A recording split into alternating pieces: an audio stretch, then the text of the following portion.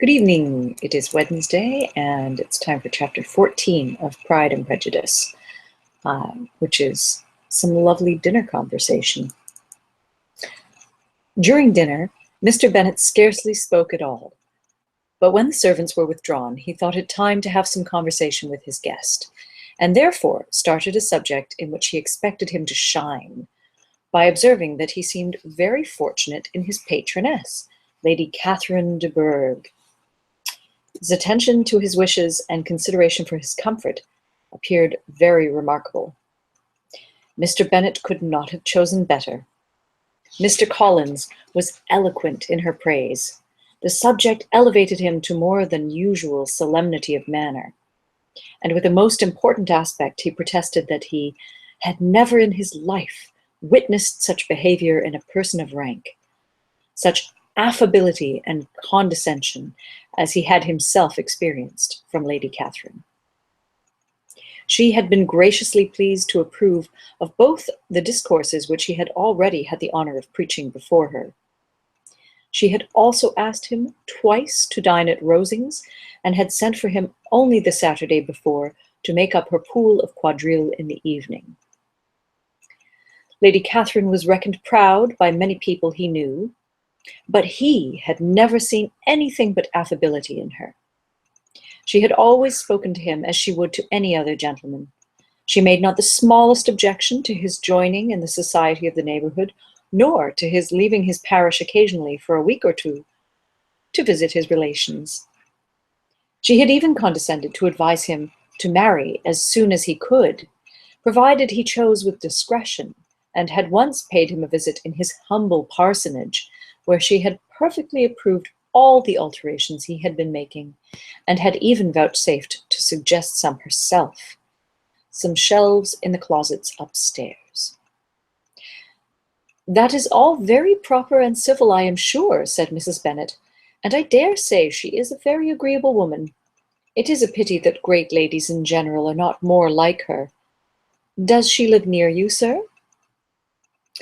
"The garden in which stands my humble abode is separated only by a lane from Rosings Park, her ladyship's residence." "I think you said she was a widow, sir. Has she any family?" "She has only one daughter, the heiress of Rosings, and a very extensive property." "Ah," cried Mrs. Bennet, shaking her head, "then she is better off than many girls. And what sort of young lady is she? Is she handsome?" "She is a most charming young lady indeed. Lady Catherine herself says that in point of true beauty, Miss de Bourgh is far superior to the handsomest of her sex, because there is that in her features which marks the young woman of distinguished birth.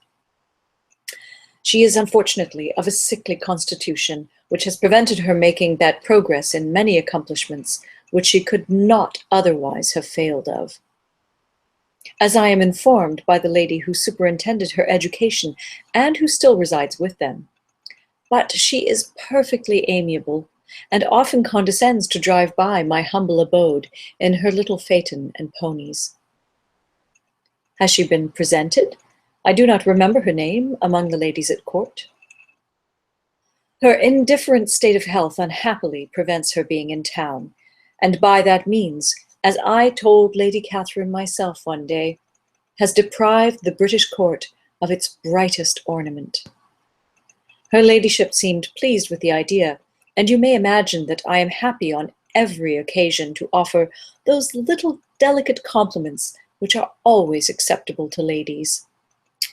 I have more than once observed to Lady Catherine that her charming daughter seemed born to be a duchess, and that the most elevated rank, instead of giving her consequence, would be adorned by her. These are the kind of little things which please her ladyship, and it is a sort of attention which I conceive myself peculiarly bound to pay." "You judge very properly," said Mr. Bennet, "and it is happy for you that you possess the talent of flattering with delicacy.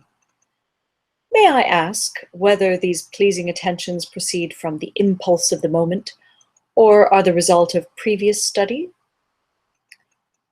They arise chiefly from what is passing at the time, and though I sometimes amuse myself with suggesting and arranging such little elegant compliments as may be adapted to ordinary occasions, I always wish to give them as unstudied an air as possible. Mr. Bennet's expectations were fully answered.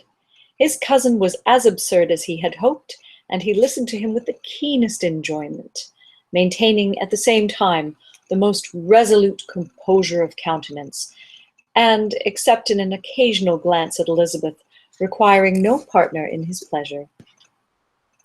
By tea-time, however, the dose had been enough, and Mr. Bennet was glad to take his guest into the drawing-room again, and, when tea was over, glad to invite him to read aloud to the ladies.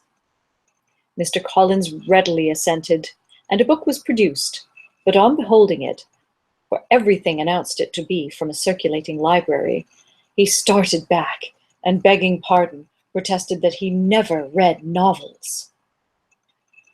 Kitty stared at him, and Lydia exclaimed.